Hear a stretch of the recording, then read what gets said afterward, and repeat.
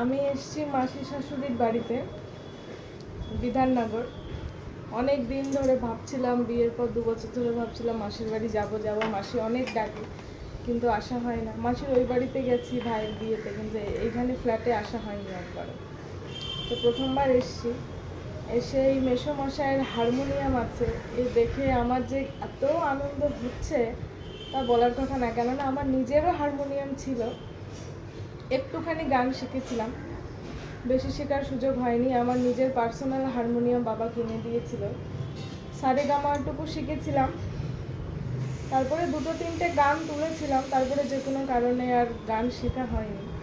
তো আজকে প্রায় 18-19 বছর পর হারমোনিয়াম ধরলাম।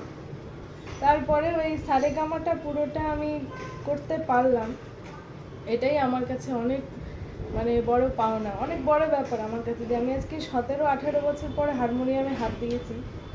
আর এই যে